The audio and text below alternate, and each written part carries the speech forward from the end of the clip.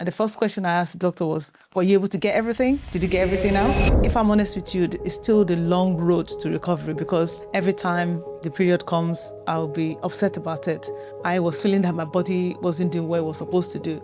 I was coming back from work one evening. I noticed that my period was actually late, maybe about 2 weeks, 3 weeks late. Normally, if it's 1 day late, I will go and buy the testing kits just to find out what's going on.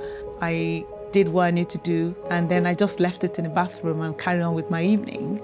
I went upstairs and I looked at this thing and I was so shocked to see.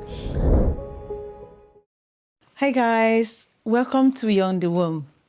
Here's Bukky, and today on this episode, what I would love to focus on is actually life beyond surgery and finding out I was pregnant. I mean, the first thing that came to mind straight after my surgery is just that sense of relief. I'm talking about the second one now. Remember I mentioned I had 2 different surgery. The second lot of surgery, immediately I came out of the surgery itself. And the first question I asked the doctor was, were you able to get everything? Did you get everything out? And yes, he said yes, he had. And he had pictures to prove it to me. And then I felt that sense of relief, the fact that I felt, okay, things are now moving in the right direction. But if I'm honest with you, it's still the long road to recovery because, it's every single day matters. You get stronger as you go along. And because I had the second operation away from home as well, it means like I was trying to navigate myself in an hotel room, trying to get better for the first few days before I then moved to a family, one of our family friend in America to go and stay there for about 2 weeks because I was advised not to get on the plane for the first 2 weeks after the surgery. Now, the aspect of it is feeling really relief, feeling really just sense of calm after that is how I felt. Then it's the trip back to the UK to continue my recovery. What then I took on board myself is just to think about my emotional well-being.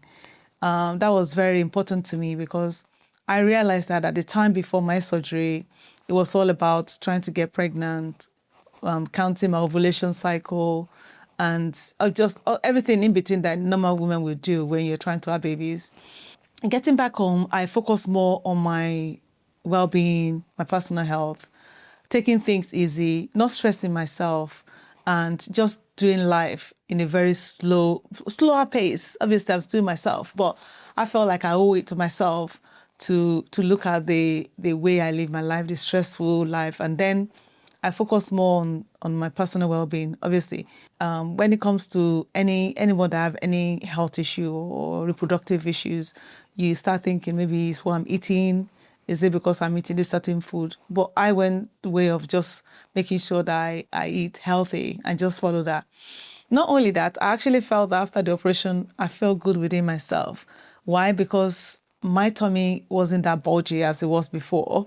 I looked more slimmer. Obviously, the bulge was from the weight of the fibroid itself, the size of it. Apart from just feeling relief, I feel the sense of just free from something that was in my tummy for many years that is now out. And generally, I was not now thinking about counting ovulations before, every time the period comes, I'll be upset about it. But funny enough, because the doctor told me that after 6 months, I should wait for 6 months and before trying for babies. So as a result, when things weren't happening and when my period comes, I wasn't upset. I was more focused on just doing life generally instead of worrying about ovulation counting that I was doing before my operation. Anyway, as things progresses, I was actually planning to travel, I think maybe 6 months after my operation, but I bought my ticket and everything. My husband wasn't around. And as usual, I was coming back from work one evening. I noticed that my period was actually late, maybe about 2 weeks, 3 weeks late. Normally, if it's 1 day late, I will go and buy the testing kits just to find out what's going on. But sometimes I just, like this time around, I wasn't really stressed about the whole issue anymore. If I'm really honest, I wasn't stressed about it. And coming back from work one evening, I purchased this testing kits, and like usual thing that I would do, I did what I need to do, And then I just left it in the bathroom and carried on with my evening. And then I think shortly after that, maybe a few 30 minutes after, I went upstairs and I looked at this thing and I was so shocked to see a positive line and just very bold. And the emotion that went through me initially was of, I just can't describe it. I was so emotional, like I just stood there. And then the only thing that uttered from my mouth was, it is positive. I just keep repeating the same thing over and over again. And then my sister-in-law was in the house at that point and she was just thinking, what is she going on about? It was just exciting to then discover that, oh God, I'm pregnant. But even checking it like that, I was cradling my tummy and just happy all night. But the thing is, I was still waiting to go and make sure that I get a scan done and ensuring that, it is the right thing. And that was the story about how I found out. But it was a journey for me, a journey of two different operations. One that wasn't so successful, and the second one that happened to basically, help me out with that. And with the issue I have, the one that actually, that was done so well, that I was able to conceive with my first child. Why am I telling you all this? What I can say to you is the time between when I was deciding about surgery and post-surgery, the way I was looking at things, the stress that come with it was actually overwhelming compared to after the surgery. So after the surgery, I was more aligned to myself, to my well-being, more informed about my body and exactly about what's going on within my body. I was more educated about things that is going on within me. And I just feel like every woman needs to get to that level. And then the other thing I noticed is like being stressed at work or just living normal stressful life can actually contribute to fertility as well, or infertility, if you're always stressed all the time. I mean, obviously, my case, I had underlying issues. I was stressed as well. In fact, I think fibroid can grow a lot larger in an environment where stress is actually in the whole process. So what I'm saying here is living life stress-free. Obviously, daily life comes with stress, but it's how you manage that.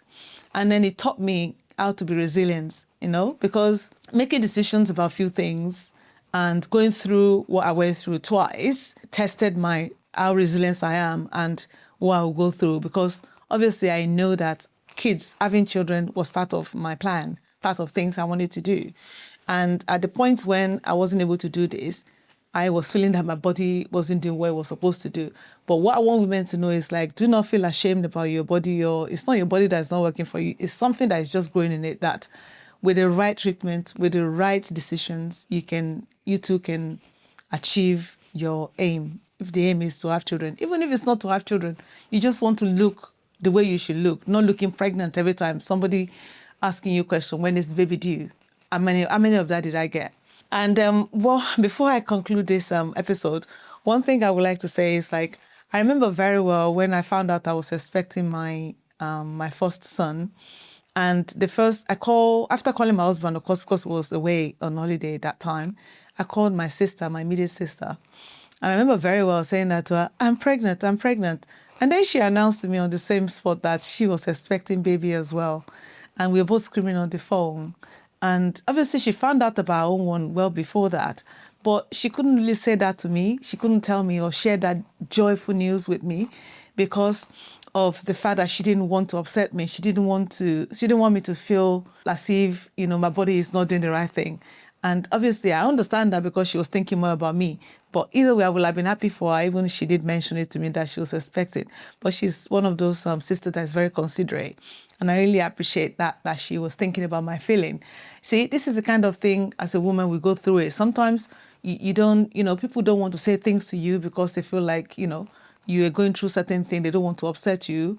And maybe that's one reason in African culture why sometimes when you're going through things, you don't even say anything to anyone. You don't want to discuss it. So you suffer in silence. So the purpose of me then saying this is coming to our platform or setting up this platform is basically to encourage women to be able to share their lived experience. And at the same time, we can all learn from one another and share that story across. This will resonate with somebody, whoever is going through the same thing. I'm sure there's something we can pick from it. Thank you for listening to our podcast today. If this resonates with you, I hope this episode reminds you that if you're going through similar experience in terms of going through operation, surgery, whatever surgery it is to deal with your fertility, give yourself grace to recover. Give yourself grace to take the time that you need to recover very well.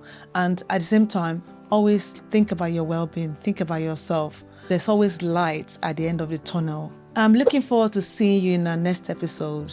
If this resonates with you, please like, share, and subscribe. And see you in the next episode. This is Beyond the Womb.